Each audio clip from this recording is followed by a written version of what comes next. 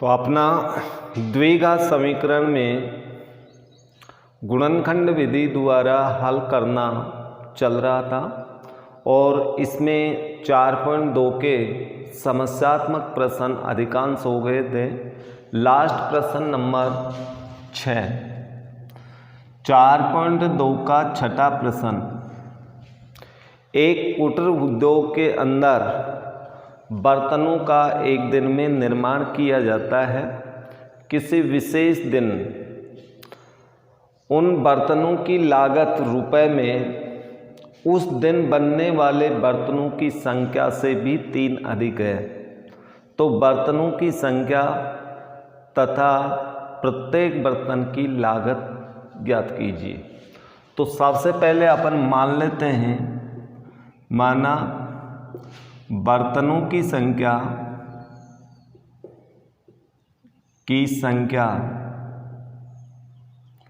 x मान लिया, इसलिए एक बर्तन की लागत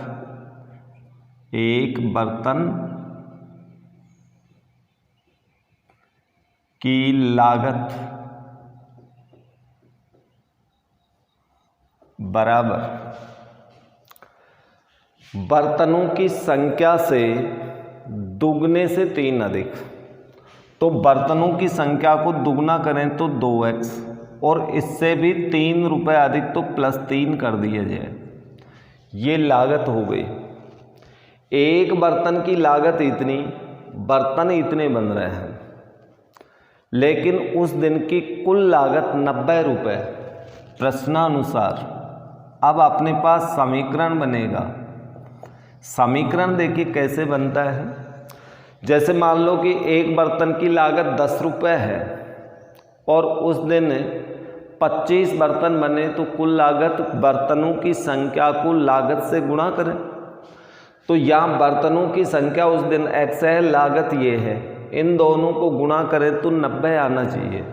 अर्थात x गुणा लागत 2x + 3 बराबर 90। अब इस कोष्टक को खोलेंगे तो 2x² + 3x बराबर 90।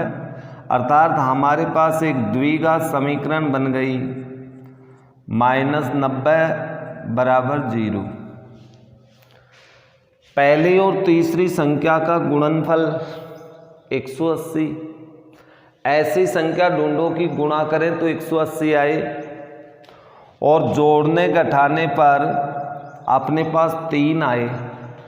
अर्थात दोनों के अंदर 3 का अंतर है। 15 गुणा 12 180। 15 में से 12 घटाएंगे तो 3 आएगा।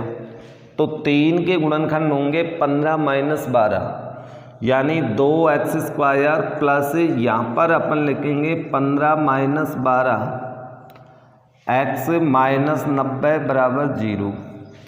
कोष्टक खोलेंगे तो ये 4 पद बन गए, 15x - 12x - 90 बराबर 0।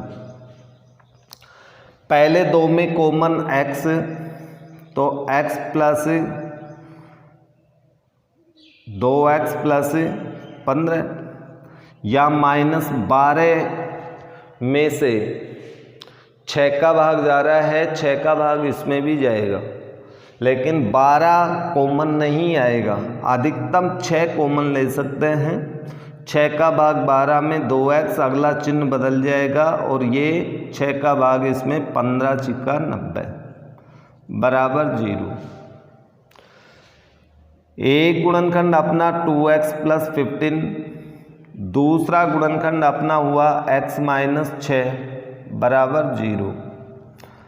पहले गुणनखंड के बराबर 0 या फिर दूसरे गुणनखंड x - 6 बराबर 0। इसको जब हल किया जाता है तो 2x बराबर -15, इसको हल करें तो x बराबर 6। इसको पुनः हल किया तो x बराबर -15/2। जबकि x हमने माना है बर्तनों की संख्या, बर्तनों की संख्या नहीं तो ऋणात्मक होती है न ही अपूर्णांक, इसलिए इस मान को छोड़ देंगे। तो आप यहाँ लिखेंगे x बराबर -15/2 ऋणात्मक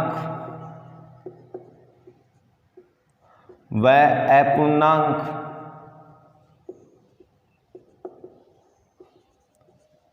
इसलिए इसे छोड़ने पर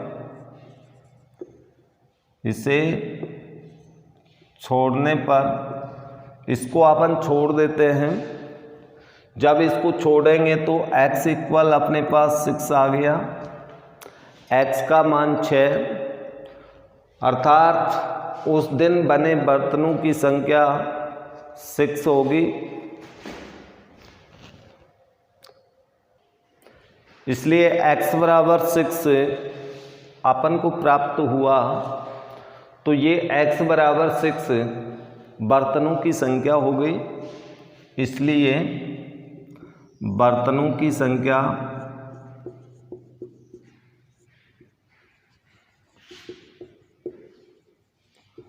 बराबर 6 और एक बर्तन की लागत बराबर लागत इसमें x का मान रख दीजिए 2 × 6 + 3 या 12 + 3 बराबर 15 रुपये, लागत रुपए में है। इस तरह से आपका ये प्रश्न 4.2 का अंतिम प्रश्न था, समस्यात्मक प्रश्न था, ये भी आपका कंप्लीट हो गया। अर्थात गुणनखंड विधि अपनी पूर्ण रूप से कंप्लीट हुई। अब अपनी दूसरी विधि आती है पूर्ण वर्ग विधि। पूर्ण वर्ग विधि पूर्ण वर्ग बनाकर के द्विघात समीकरणों को कैसे हल किया जाता है। तो ये पूर्ण वर्ग विधि थोड़ा सा आप लोगों से अभ्यास मांगती है। आप लोग जितना ज़्यादा अभ्यास करेंगे पूर्ण वर्ग विधि से आप प्रश्न उतनी ही शीघ्रता से हल कर लेंगे। देखिए सर्वप्रथम तो अपने पास मानक रूप इस रूप में होना चाहिए ax² + bx बराबर c, यानी दोनों चर वाले पद लेफ्ट में होने चाहिए, अचर पद राइट में होना चाहिए। और ऐसा नहीं हो तो पक्षांतरण के द्वारा ऐसा कर लें। पहला कार्य नंबर 2 पे आपको x² का गुणांक 1 के अतिरिक्त अन्य संख्या हो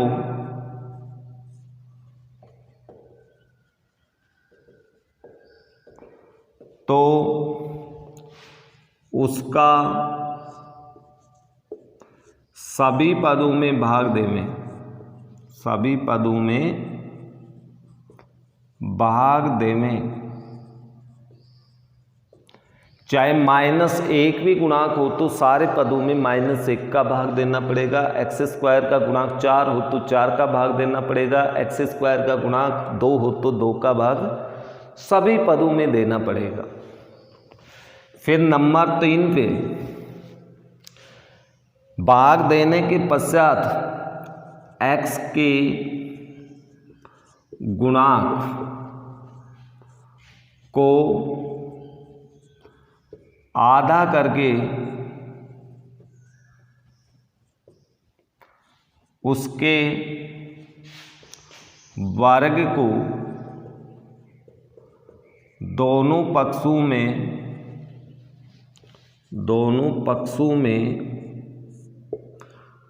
जोड़ने पर दोनों पक्ष पूर्ण वर्ग बन जाते हैं, बनते हैं। और जब पूर्ण वर्ग बन जाएंगे उसके बाद नंबर 4, दोनों पक्षों का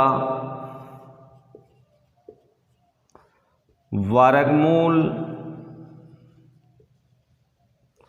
अथवा गुणनखंड विधि से हल प्राप्त करें।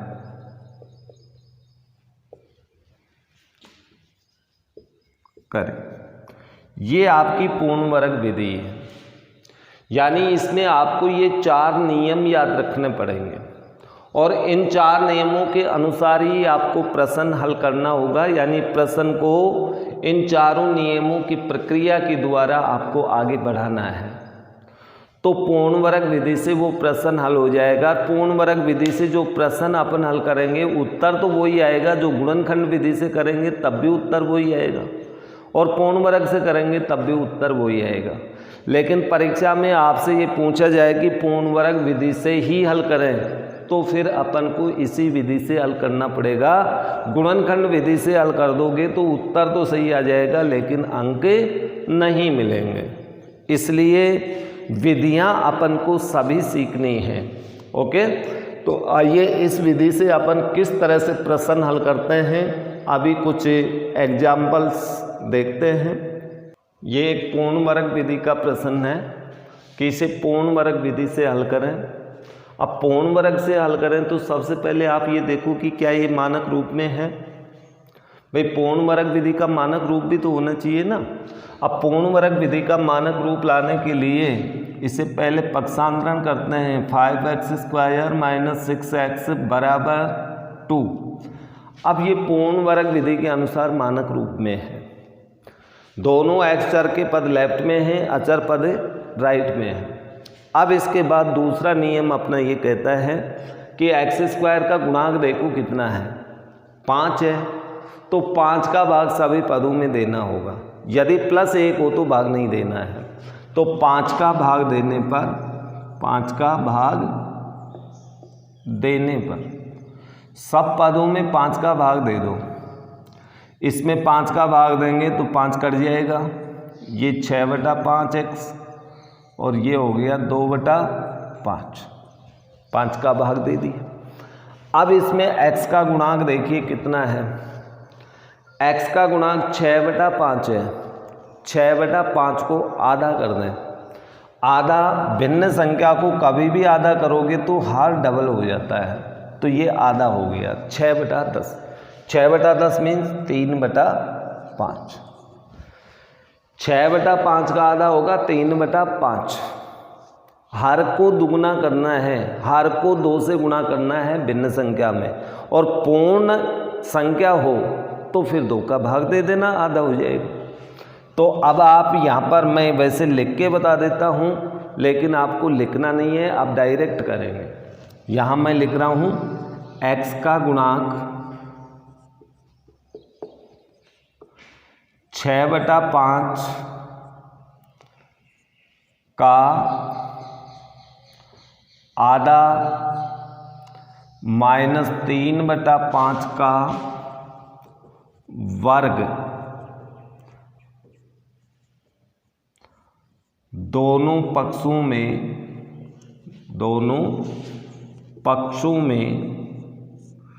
जोड़ने पर।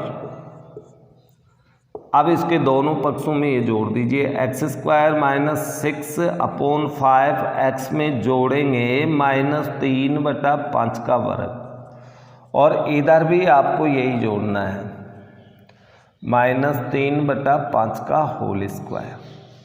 जुड़ गया। तो ये पूर्ण वर्ग देखिए कैसे बनती है।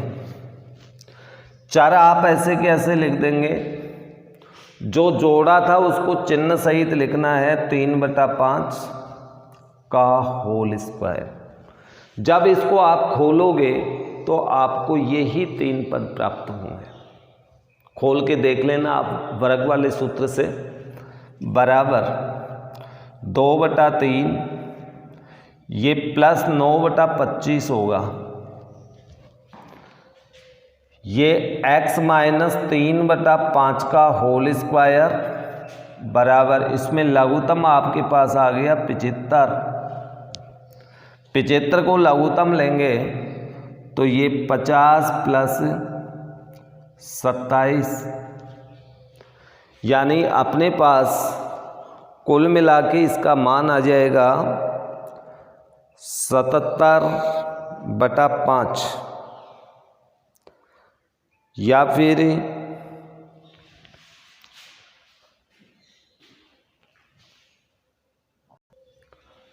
बराबर x माइनस 3/5 का होल स्क्वायर बराबर 77/75। अब दोनों पक्षों का वर्गमूल लेने पर, वर्गमूल लेते हैं तो x माइनस 3/5, या तो स्क्वायर हट जाएगा, ये प्लस माइनस रूट 77/75 ये हमें प्राप्त होगा। तो इस प्रकार से यहाँ पर अपने पास देखिए एक छोटी सी मिस्टेक, ये 2/5 था, ये गलती से 2/3 लिखा गया, तो यहाँ पर 2/5 करना, ये 2/5 होगा। अब लघुत्तम आपका 25 आएगा, लघुत्तम 25, 5 का भाग 5 बार तो ये हो गया 10 प्लस 9, यानी कुल मिला के अपने पास आएगा 19/25। या फिर इसको अपन लिख सकते हैं, वर्गमूल लेने पर 19 का वर्गमूल नहीं होता, लेकिन 25 का वर्गमूल 5 होगा। अब इसमें एक बार प्लस चिन्ह एक बार माइनस, या x बराबर पक्षांतरण कर लो, 3/5 इधर जाके प्लस का हो जाएगा, प्लस माइनस रूट 19/5। लघुत्तम लेने पर x बराबर 5, 3 प्लस माइनस रूट 19, एक बार प्लस चिन्ह लें एक बार माइनस चिन्ह, तो अपने पास x के दो मान आएंगे, इसलिए x बराबर 3 प्लस रूट 19/5, या माइनस चिन्ह लें तो 3 माइनस रूट 19/5। तो इस तरह से अपने पास उत्तर आएगा। बुक्स के अंदर इस प्रकार से हल किया हुआ नहीं है, इसलिए आप पूर्ण वर्ग विधि के नियमों के अनुसार हल करेंगे तो आपको अच्छे से समझ में आएगा। एक एग्जाम्पल और देखते हैं अपन, क्वेश्चन नंबर एग्जाम्पल नंबर 9। पूर्ण वर्ग बनाने की विधि से इसको भी हल करना है, तो सबसे पहले इसे मानक रूप में बदलें तो अपने पास ये आएगा 3x बराबर -5। अब ये पूर्ण वर्ग विधि का मानक रूप हो गया, अर्थात चर वाले दोनों पद स्क्वायर तथा x दोनों लेफ्ट में, अचर पद राइट में। इसके पश्चात x स्क्वायर का गुणांक देखना है, 4 आ रहा है तो 4 का भाग देने पर 4 का भाग देंगे अपन तो हमें प्राप्त होगा x स्क्वायर प्लस 3/4x बराबर -5/4। अब यहाँ पर देखिए x का गुणांक 3/4 है। 3/4 का आधा करोगे तो इस हर को 2 से गुणा करना, दुगना कर देना, यानी 3/8 होगा। कोई भी भिन्न में आधा करें तो हर डबल हो जाता है, वो आधा हो जाएगा, तो 3/8 होगा। तो आप यहाँ लिखेंगे x के गुणांक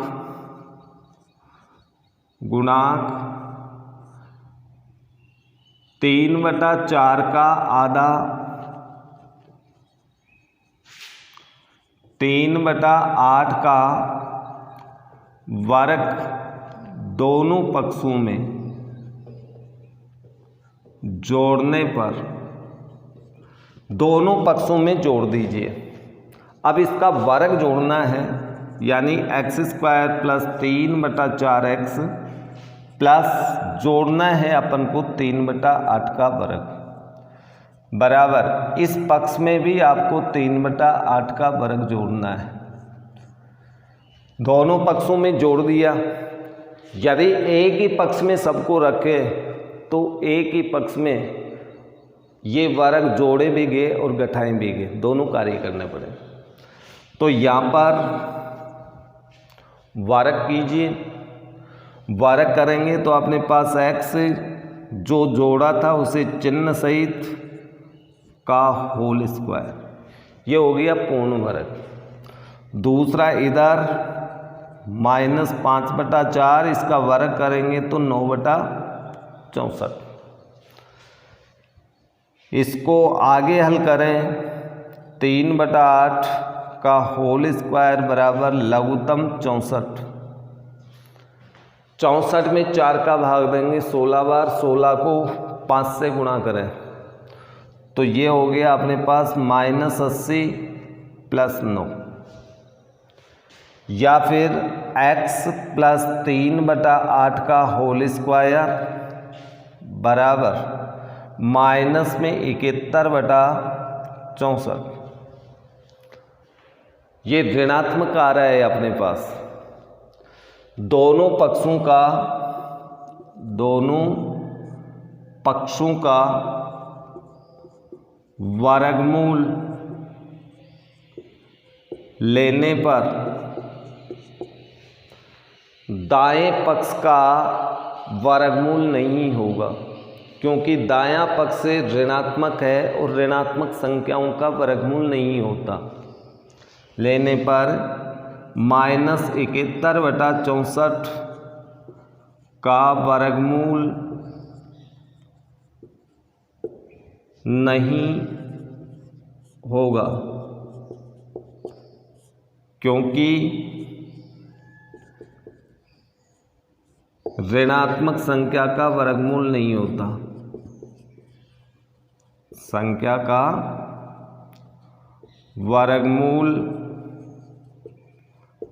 काल्पनिक संख्या होती है, काल्पनिक संख्या होती है। इसलिए इसका हल काल्पनिक होगा।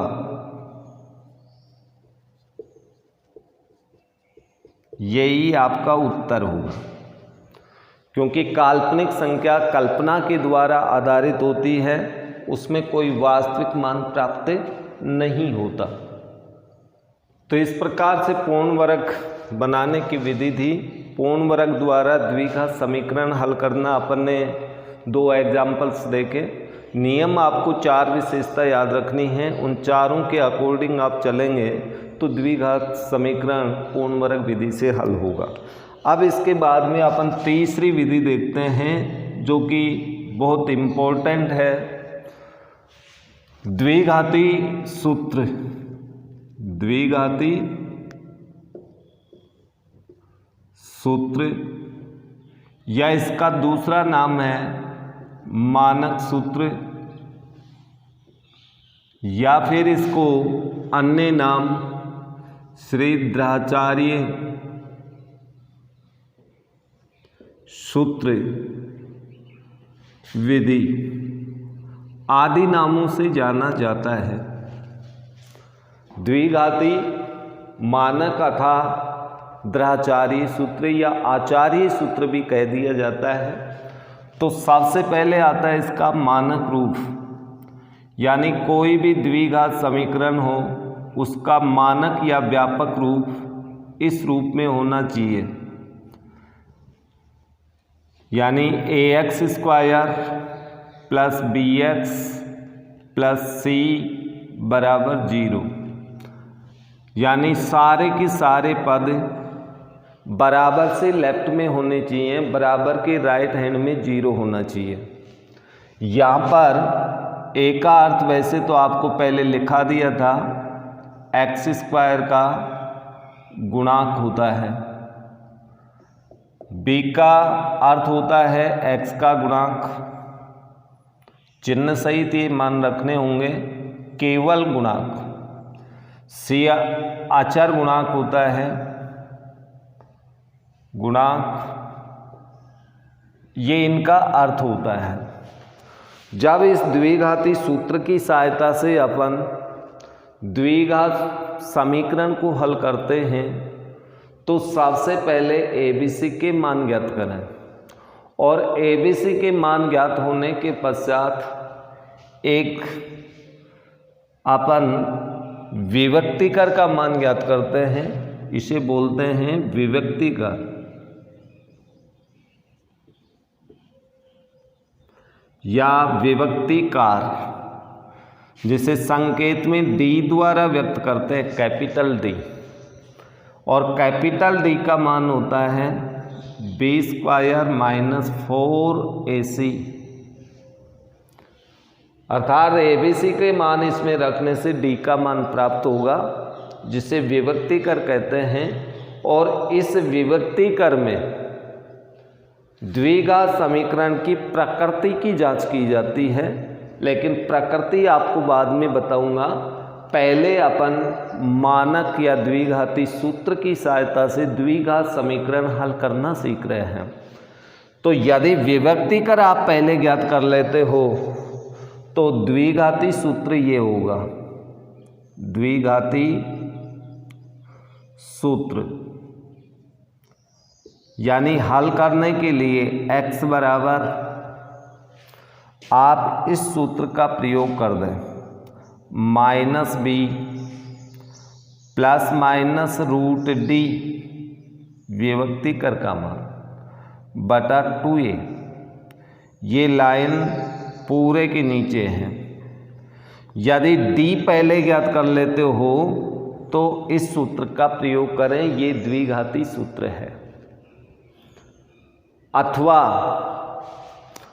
हम दूसरा सूत्र ये काम में लेते हैं।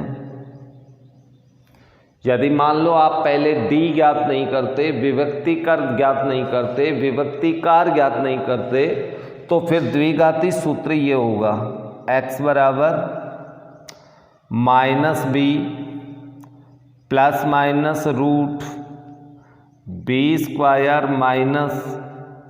- 4AC अपॉन 2a।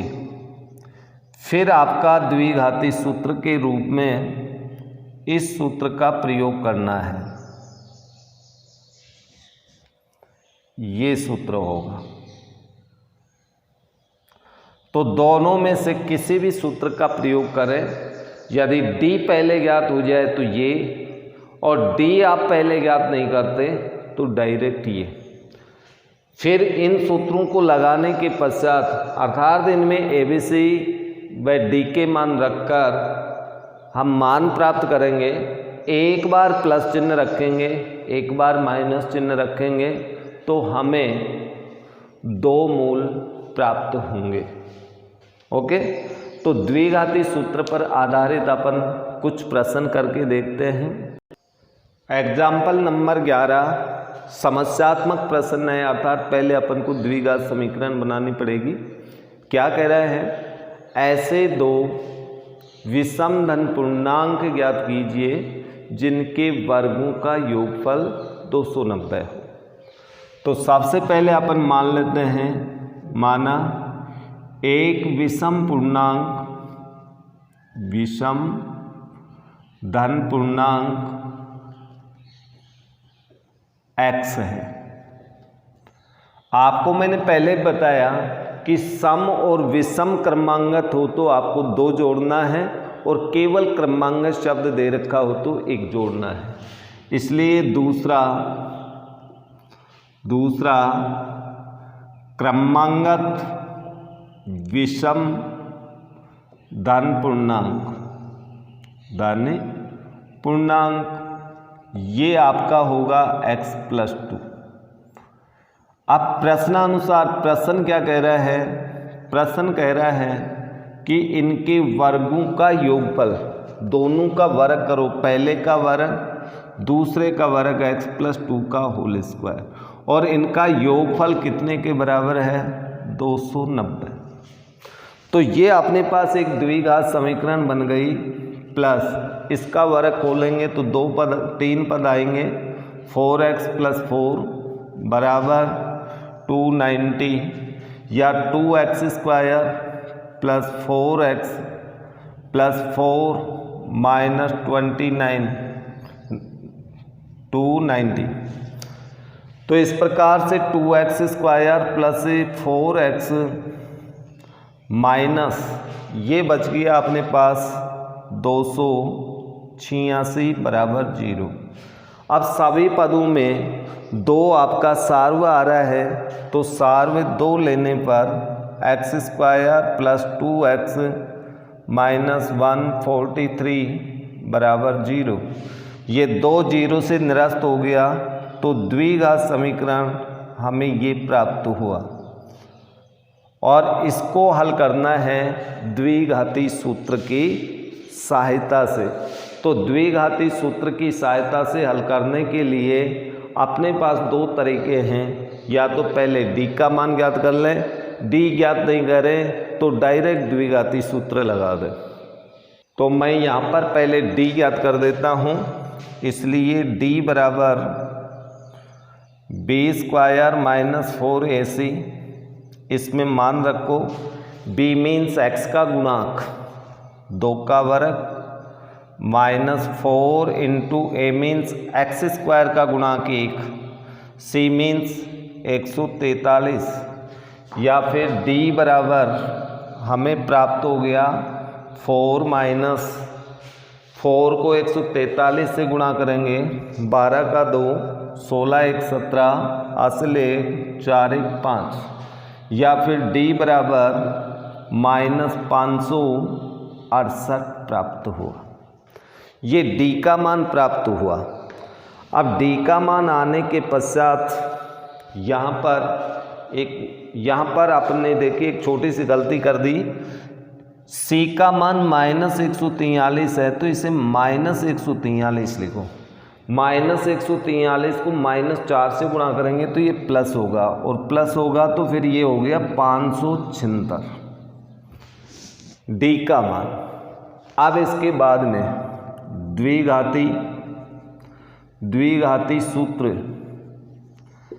से हल x बराबर ये सूत्र है minus b plus minus root d बटा 2a, पूरे के नीचे बटे में 2a बराबर मान रखिए माइनस b का मान 2 x का गुणा plus minus root d means अपने पास आएगा 576 2 इंटू a का मान 1 या फिर माइनस 2 प्लस माइनस 576 का वर्गमूल 26 होता है बटा 2। ये x के 2 मान प्राप्त हो गए। एक बार प्लस चिन्ह लें, एक बार माइनस चिन्ह लें, तो अपने पास देखिए क्या क्या उत्तर आता है। पॉजिटिव चिन्ह लेने पर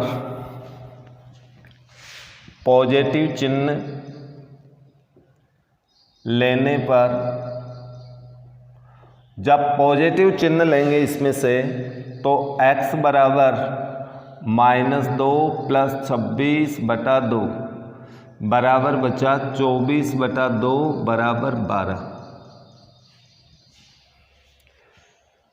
फिर दूसरा अपने पास आता है, यदि नेगेटिव चिन्ह लें तो अपने पास संख्या क्या आएगी वो देखिए।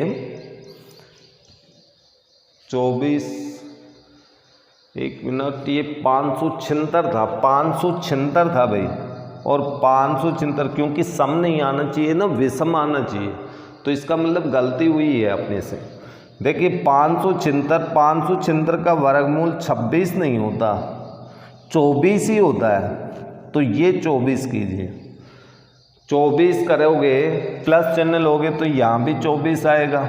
24 में 2 गए तो कितना बच गया 22, और 22 में 2 का भाग देंगे तो पहले विषम पूर्णांक 11।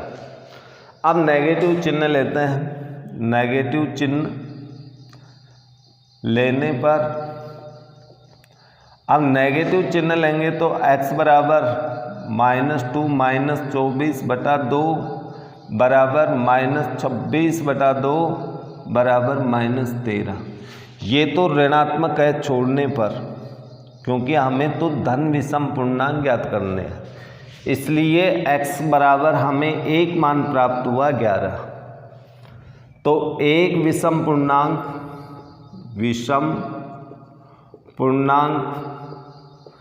11,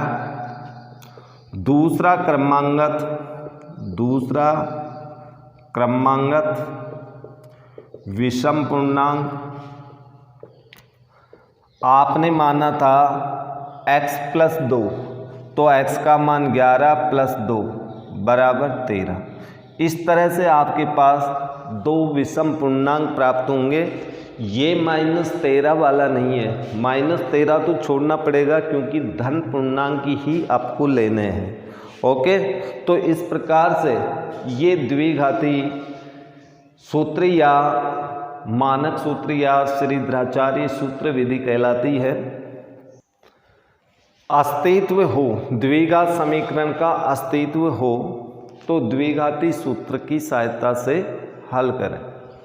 तो यहाँ पर अस्तित्व के लिए तो आपको डी का मान निकालना ही पड़ेगा। सबसे पहले देखो ये मानक रूप में है, सारे के सारे पद लेफ्ट में हैं, राइट में 0 है, तो द्विघाती सूत्र का मानक रूप है।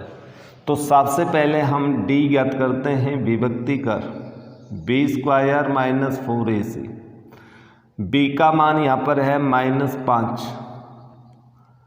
-4 इंटू a का मान 3, c का मान +2, तो ये हो गया 25 - 12 दूना 24 बराबर 1। यदि d का मान 0 से बड़ा हो तो अस्तित्व होगा, 0 हो तो भी अस्तित्व होगा। इसलिए आप ये लिखेंगे d इज ग्रेटर देन 0। तो आप लिखेंगे द्विघात समीकरण का अस्तित्व है, और जब अस्तित्व है तो द्विघाती सूत्र से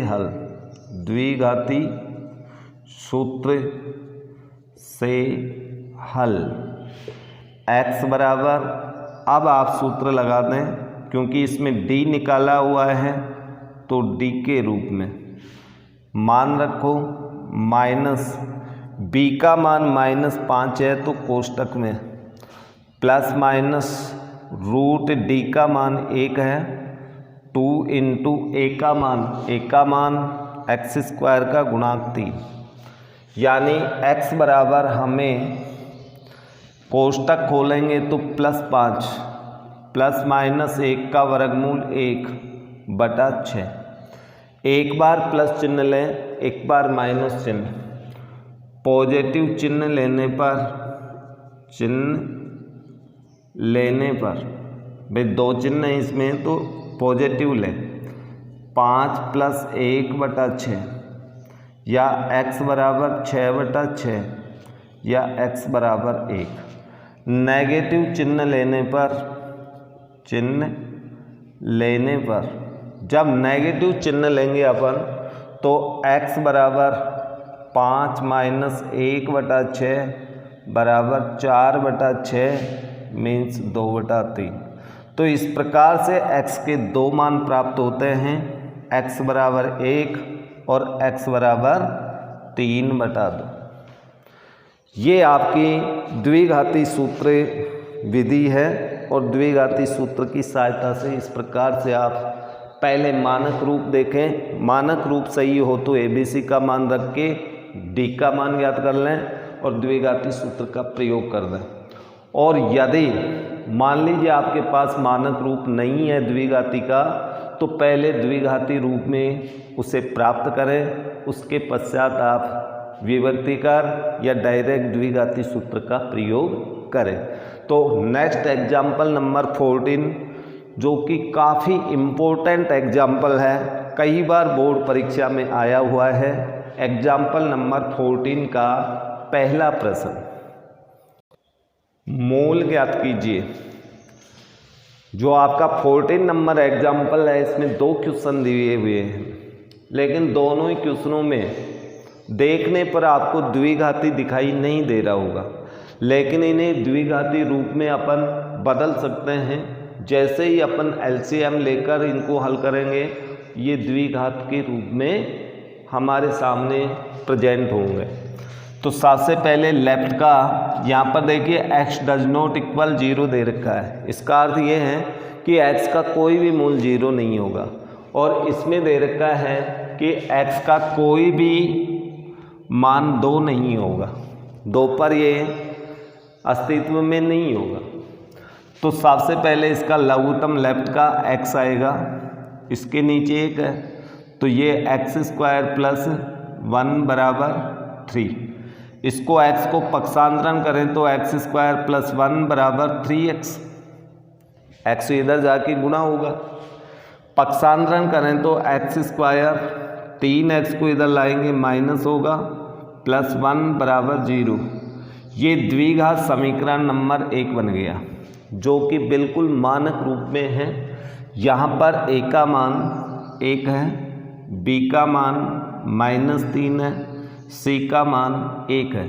इसलिए d का मान ज्ञात करें, अर्थात b² - 4ac में मान रखें तो देखिए मान क्या आते हैं।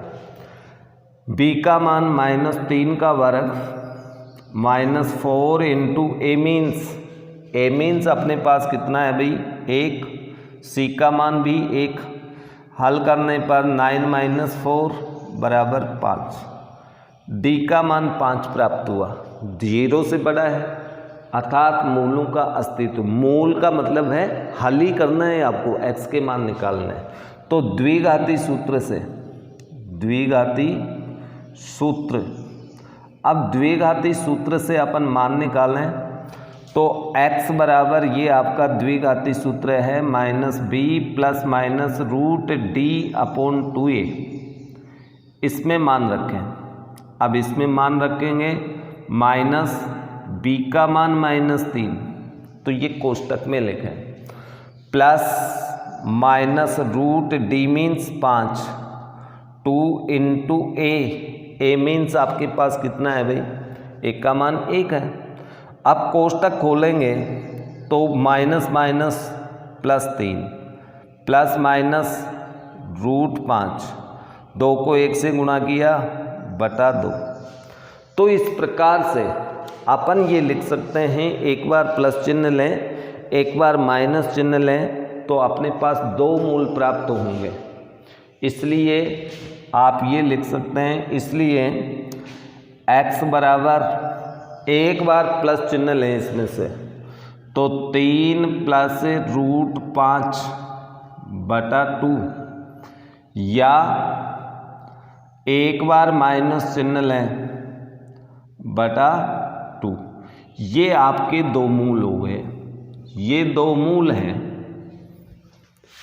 तो ये प्रश्न कई बार बोर्ड परीक्षा में आया हुआ है, बहुत बढ़िया क्वेश्चन है, बिल्कुल छोटा सा प्रश्न है, लेकिन इसमें लघुत्तम लेने के बाद ये द्विघाती बनेगा।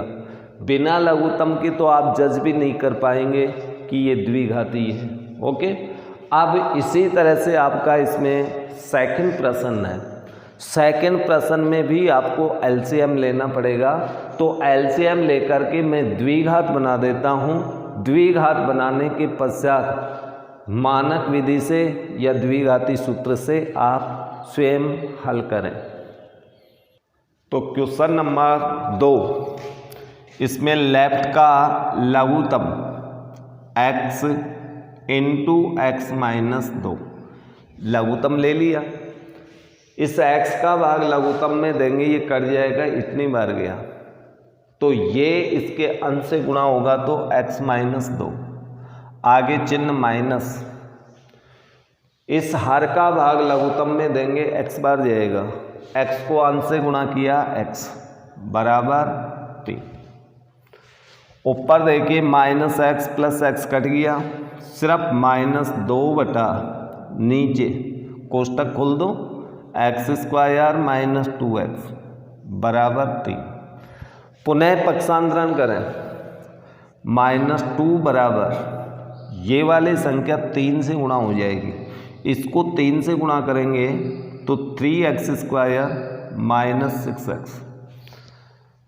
पुनः पक्षांतरण कर दें 3x² माइनस 6x और -2 को इधर लाएंगे तो ये +2, इधर क्या बचा 0, अर्थात अपना द्विघात समीकरण 3x² माइनस 6x + 2 = 0, ये अपना एक द्विघात समीकरण बन गया। अब इस द्विघात समीकरण में a बराबर देख लो कितना है 3, b बराबर -6 और c बराबर 2। जब ये मान अपन को मालूम है तो आप d ज्ञात कर सकते हो, d बराबर b² - 4ac, मान रखें b² मीन्स -6 का वर्ग 36 होगा, डायरेक्ट रख रहा हूँ, 4 × a मीन्स 3 और c मीन्स 2। इनको भी आप गुणा करें, 4 × 12 और 12 दूना 24, 36 में से 24 घटा लो, d बराबर कितना आ गया, d बराबर 12 और 12 > 0। d का मान 12 प्राप्त हुआ, विभक्तिकर का मान 12 प्राप्त हुआ, जो कि एक पॉजिटिव संख्या है और पॉजिटिव संख्या होने के कारण मूलों का अस्तित्व है, अर्थात इसके 2 मूल आएंगे। तो अब द्विघाती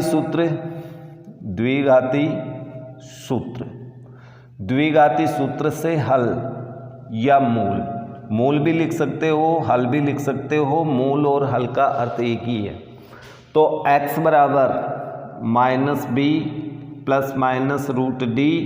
√d/2a, इसमें मान रख दीजिए, -b का मान -6 तो ये कोष्टक में, ±√d means 12, 2 × a means a का मान देखो कितना है 3, कोष्टक खोलेंगे तो दोनों चिन्ह गुणा होके +6 ±√12। अब √12 का वैसे मान निकाल सकते हो आप, तो मान निकालें √12 का, 4 × 3, 4 का वर्गमूल 2, 3 का नहीं होगा, बटा 6। या फिर इसके बाद में एक बार प्लस चिन्ह लें, एक बार माइनस, या इसमें से आप 2 कॉमन ले लें तो 3 ± √3 बटा 6, ये वाली संख्या इससे कट जाएगी। ठीक है जी। अब आगे हल करें तो ये हल इधर लिख रहा हूँ मैं, x बराबर 3 ± √3 बटा 6, ये प्राप्त हुआ, नहीं 6 नहीं 3, या x बराबर इसको अपन ऐसे भी लिख सकते हैं 1 ± √3 बटा 3, या फिर x बराबर 1 + √3 बटा 3, या एक बार माइनस चिन्ह 1 - √3 बटा 3। तो इस तरह से ये 2 हल हमें इसके प्राप्त होंगे, जो दोनों इसके मूल कहलाते हैं। इस प्रकार से मूल आएंगे, या लघुत्तम इसमें ऐसे के ऐसे भी रख सकते हो, या इनको ऐसे भी लिख सकते हो आप, अथवा x बराबर 3 + √3 बटा 3, या एक बार माइनस चिन्ह √3 बटा 3, इसको आप ऐसे के ऐसे भी लिख सकते हो, ये भी सही है, ये भी सही है। तो इस तरह से अपनी 4 विधियाँ इसमें हुई, 3 विधियाँ, सॉरी 4 नहीं 3 विधियाँ। पहली थी अपनी गुणनखंड विधि, गुणनखंड, दूसरी विधि अपन ने पूर्ण वर्ग पढ़ी, पूर्ण वर्ग, और तीसरी विधि अपन ने द्विघाती सूत्र। तो 3 विधियों से द्विघात समीकरण हल करना, समीकरण बना हुआ है तो विधि से हल करना आसान है, लेकिन इनमें समस्यात्मक प्रश्न आते हैं जिनमें आपको द्विघात समीकरण बनाना है और बना करके उस समीकरण को हल करना पड़ेगा। अब आपकी एक्सरसाइज 4.3 4.3 के प्रश्न हल करके देखना। अभी इसमें एग्जाम्पल नंबर 15 जो कि समस्यात्मक द्विघात समीकरण है, ये आपको नेक्स्ट क्लास यानी नेक्स्ट वीडियो में बताएंगे। आप 4.3 के प्रश्न हल करना।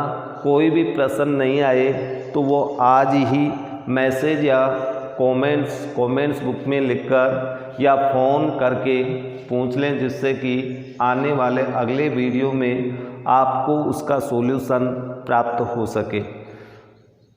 ओके, धन्यवाद।